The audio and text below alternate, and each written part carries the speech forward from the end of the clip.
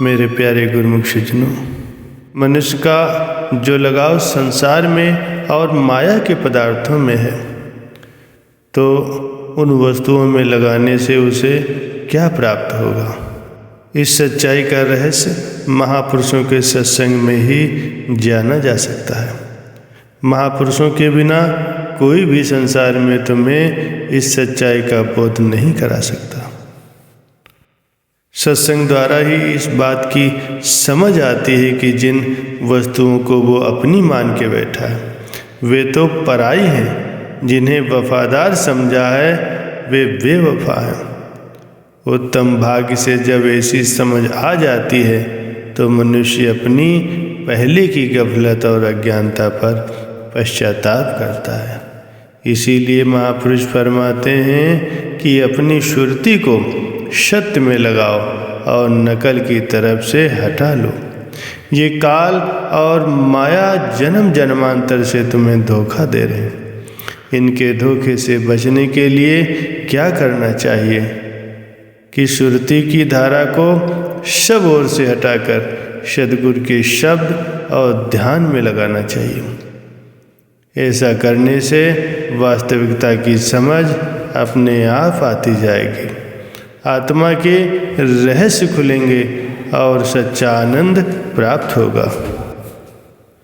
माया का पसारा ही कुछ ऐसा है कि जन्म जन्मांतर के लगाव और संस्कार जीव को भटकाते रहते हैं। कभी कभी अपनी शुद्ध बुद्धि आवाज़ भी देती है कि तुम्हारा रुख गलती की ओर है, परंतु फिर माया अपना दांव चलाती है और जीव धोखे में फंस जाता है। इसीलिए महापुरुषों का कहना है कि जहाँ तक संभव हो माया के व्यवहार और धंधे करते हुए भी साथ साथ सुरती को शब्द और ध्यान में लगाए रहो, जिससे कि तुम माया के वार से बच सको। जैसे जैसे शब्द और ध्यान में तुम्हारी रुचि उत्पन्न होती जाएगी, सुरती अपने आप माया के मिथ्या पदार्थों की ओर से हटती जाएगी और सत्य को ग्रहण करने लगेगी। ये गूढ़ रहस्य यदि कोई समझ जाए तो पल भर में उसका काम बन जाए, और यदि कोई न समझे तो चाहे कितनी देर में ये बात उसकी समझ में आए। जन्मों जन्म तक जीव धोखे में बिता देता है, लेकिन वास्तविकता की समझ उसे नहीं आती। शीघ्र या देर से जब भी समझना है समझेगा तो इसी बात को, इसके बिना तो काम नहीं चलने वाला। सच बात तो ये है कि सुरत की धारा काल और माया के पदार्थों में उलझ कर रह गई है। इसीलिए कभी सुख, कभी दुख, कभी हर्ष, कभी शोक का शिकार मनुष्य होता रहता है। माया के पदार्थ देखकर जीव प्रसन्न तो अवश्य होता है, परंतु है तो सब धोखा है। ये तो काल की बन आई है।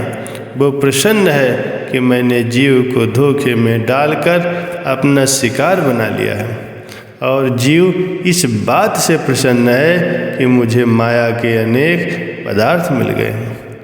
संतों की वाणी प्रकाश प्रदान करती है कि ये सब विचार गलत हैं। शरीर और इंद्रियों की जितनी भी कामनाएं हैं सब काल के फंदे हैं। तुम्हारी सुरति तथा तुम्हारे विचार नकल की तरफ लगे हुए हैं। दुख तो इस बात का है कि बारंबार हाथ उठाकर भी तुम फिर उन्हीं वस्तुओं की चाहना करते हो। बचने का उपाय ये है कि असल और नकल को समझो। आग से काम भी लेना है और अपने हाथ पांव को जलने से भी बचाना है। इसी प्रकार माया में बरतना भी है और युक्ति से काम लेकर के अपना दामन भी बचाना है। 5 भौतिक शरीर और माया के पदार्थ तो केवल बरतने के लिए मिले हैं। जीवात्मा शरीर नहीं है, अपितु शरीर की मालिक है, परमात्मा का अंश है। ये शरीर तो बिछुड़ जाएगा। ऐसे कितने ही शरीर तुम्हें पहले मिल चुके हैं और मिलकर बिछड़ भी चुके हैं। ये तो मन तुम्हें धोखा दे रहा है, क्योंकि ये शरीर और माया के साथ मिला हुआ है। वास्तव में तो तुम आत्मा हो और आत्मा का संबंध केवल मालिक और सतगुरु के साथ है। माया के साथ आत्मा का कोई संबंध नहीं है।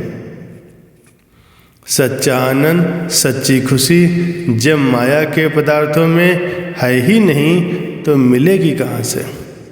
सतगुरु के शब्द और ध्यान में ही मिल सकेगी। श्रुति को शब्द और ध्यान के साथ जोड़ दो, फिर अपने अंतर का परिवर्तन भी देखो। ये कोई छिपी हुई बात नहीं है, इसे तो मनुष्य स्वयं आजमा कर देख सकता है। माया के रसों और पदार्थों को तो खूब आजमा चुका है, उनमें सुख और शांति नहीं मिली। अब जरा अंतर्मुख वृत्ति करके सद्गुरु के शब्द और ध्यान में लगाकर भी आजमा ले। यदि क्षण मात्र में ही शांति और खुशी न मिल जाए तो शिकायत उचित है। वास्तविकता ये है कि आत्मा का स्वरूप ही सद्गुरु है। उसके साथ जीव की सूरत लगे तो आत्म रूप का साक्षात दर्शन प्राप्त कर ले। गर बिजोई जाते रहक रा सूरते मुर्शिद बीवी, आस के शव जाते मुर्शद आंदरू रोशन बीरवी। अर्थात मालिक की जात को अथवा आत्म रूप को यदि तू देखना चाहता है तो गुरु के रूप में ही देख ले। गुरु के साथ सच्चे प्रेम का नाता जोड़ और अपने घट में ही उस आत्मा का सच्चा प्रकाश देख ले। यही असली युक्ति है, यही असली उपाय है। भगवान श्री कृष्ण जी ने भी यही भगवद गीता में उपदेश दिया है। अक्लो दिल दोनों को तू मेरे तशब्बर में लगा, राज खुल जाएगा तुझ पर मंजिले मकसूद का। अर्थात तू मन और बुद्धि को मेरे ध्यान में लगा करके स्थिर कर ले। फिर इसमें तनिक मात्र भी संशय नहीं है कि तू मेरे ही स्वरूप में स्थित होगा, अर्थात स्थायी निवास प्राप्त करेगा। यही यथार्थ ज्ञान और यथार्थ उपदेश है। तुम न तो काल और माया के अंश हो, न तुम शरीर और इंद्रियां हो, अपितु तुम तो अनश्वर आत्मा हो और मालिक के अंश हो। सद्गुरु के रूप में ही तुम्हारी आत्मा का रूप है। उसे देख लो और सत्य को पालो। अतएव शरीर और इंद्रियों की असत कामनाओं को अपने आप को बचाना है। काल माया के धोखे में कदापि नहीं फंसना है। इसके विपरीत सद्गुरु के शब्द और ध्यान में अपनी सुरति को एकाग्र करके अपना वास्तविक काम बनाना है, अर्थात सच्चे सुख और सच्ची शांति को प्राप्त करना है। बोलो जयकारा बोल मेरे श्री गुरु महाराज की जय।